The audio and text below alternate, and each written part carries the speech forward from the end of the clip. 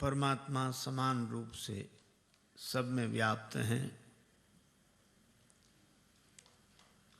प्रेम के कारण उनका प्राकट्य होता है, ऐसा देवाधिदेव महादेव भगवान शिव कहते हैं।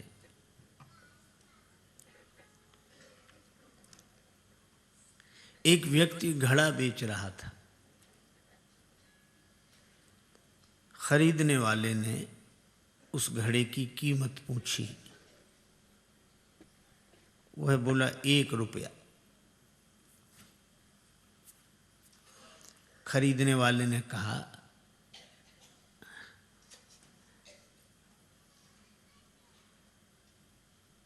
98 लो। घड़ा बेचने वाला बोला 1 नया पैसा कम नहीं करूंगा। खरीदने वाले ने कहा कि तुमने तो इसे बिल्कुल सोना ही बना रखा है। तो घड़ा बेचने वाला बोला क्या तुमने इसे बिल्कुल मिट्टी ही समझ रखा है। अब आप विचार करो कि घड़े में मिट्टी के अतिरिक्त और क्या है। लेकिन मिट्टी घड़ा बन गई है। घड़े में हम पानी पी सकते हैं, पर मिट्टी में तो पानी नहीं पिया जा सकता।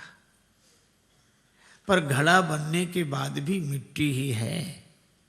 इसी तरह वह निर्गुण निराकार ब्रह्म जब भक्त की भावना के कारण, प्रेम के कारण साकार हो जाता है, तो हमारे व्यवहार की सारी समस्याओं का समाधान उनकी कृपा से होने लगता है। यद्यपि मिट्टी जब घड़ा बनती है तो भी मिट्टी रहती है। घड़ा नहीं बनी थी तब भी मिट्टी, घड़ा बन गई तब भी मिट्टी, और घड़ा फूट गया तो भी मिट्टी। इसी तरह वह ब्रह्म ही है जो व्याप्त है सब में, लेकिन वह जब भक्त के भाव के अनुरूप सगुण साकार रूप में प्रकट होता है तो हम उनकी ललित लीलाओं का सुख लेते हैं, आनंद लेते हैं। हम लोग भगवत कृपा और श्री हनुमान जी महाराज की मंगलमयी प्रेरणा से वही सुख प्राप्त कर रहे हैं। भगवान श्री राघवेंद्र अपने भाइयों के साथ मिथिला में हैं और मिथिला में एक सखी ने कहा कि यह मर्यादा पुरुषोत्तम है, इनको गाली कैसी। पुरुषोत्तम को गारी कैसी। तो दूसरी सखी बोली कि गारी बिन ससुरारी कैसी। जब ससुराल है तो गाली ही सुनने को मिलेगी, और बड़ी बड़ी मधुर सुंदर गाली। एक सखी ने श्री लक्ष्मण जी से कहा कि आप तो जनकपुर में ही रह जाओ, क्या करोगे अयोध्या जाकर। श्री लक्ष्मण जी ने कहा क्यों। सखियां कहती हैं पाहुन मिथिले में रही जईता, आप मिथिला में ही रह जाओ। पाहुन मिथिले में रही जईता, अवध जईता तो कूना खईता। अयोध्या में जाओगे तो क्या खाओगे। श्री लक्ष्मण जी ने कहा क्या हमारे यहाँ खाने को नहीं है। सखियां बोली है तो, पर जो यहाँ खाने को मिलता है सो वहाँ नहीं मिलेगा। कैसी बात करती हो, हम भी महाराज दशरथ के पुत्र हैं, राजमहल के वासी हैं, यहाँ से भी अच्छा वहाँ मिलता है। यहाँ क्या मिलता है जो वहाँ नहीं मिलेगा। सखियाँ मुस्कुराकर बोली यहाँ तो गाली खाने को मिलती है, घर में भी गाली ही खाते हो क्या। ऐसी मधुर मधुर गालियों से भगवान प्रसन्न होते हैं। सखियां कहती हैं धरि ध्यान सुनो धनुधारी, गारी मिथिला की। धरि ध्यान सुनो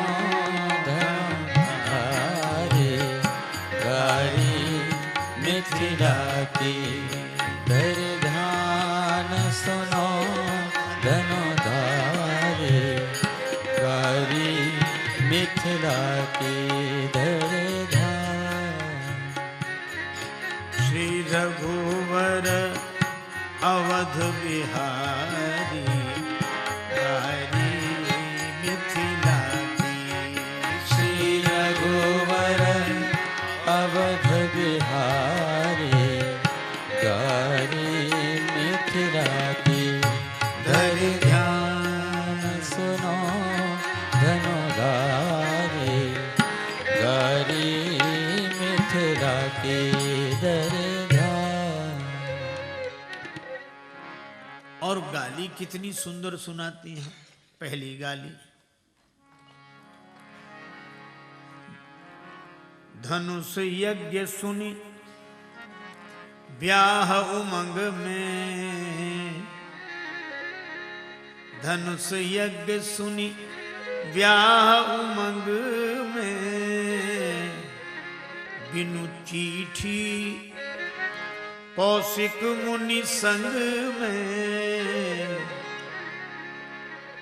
बिना निमंत्रण के धनुष यज्ञ सुनकर ही विवाह की लालसा में गुरु जी से कहा हमें भी साथ ले चलो।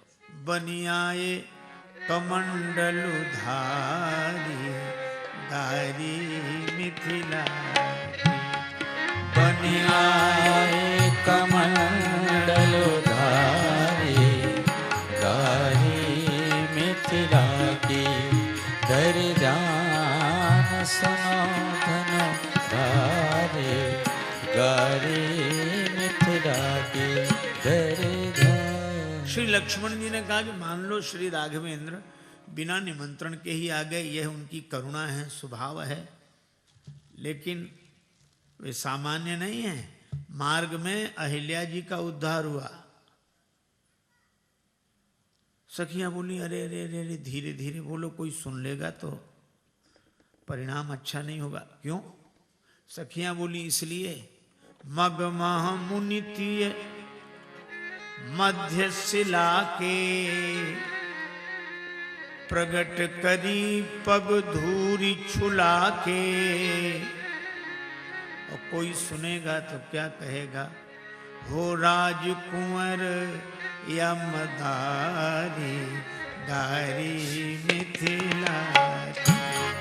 हो राजकुंवर या मदारी गारी मिथिला की धरि रामा धरि ध्यान सुनो धनुधारी गारी मिथिला की। धरि ध्यान सुनो धनुधारी गारी मिथिला की। अरे कोई ये सुन लेगा कि मार्ग में शिला में से नारी प्रकट कर दी आपने चरण धूली छुला के, तो लोग यही सोचेंगे कि राजकुमार हैं भी या नहीं, कोई मदारी तो नहीं है। लक्ष्मण जी ने कहा कि सुनो, हमारे श्री राम जी के रूप का ऐसा जादू चला कि पूरा जनकपुर श्री राम जी पर न्योछावर हो गया। कीने स्वबस नगर नर नारी, नगर के समस्त नर नारियों को अपने बस में कर लिया हमारे राम जी के रूप का ऐसा जादू। सखियां बोली हाँ सो तो ठीक है, लेकिन छमाही इम्तिहान में कोई पास हो जाए और सालाना में फेल तो पास नहीं माना जाता। कैसे? सुंदरता अभिमान में सीना तानी चले पर आयो पसीना। निरखी जब जनक दुलारी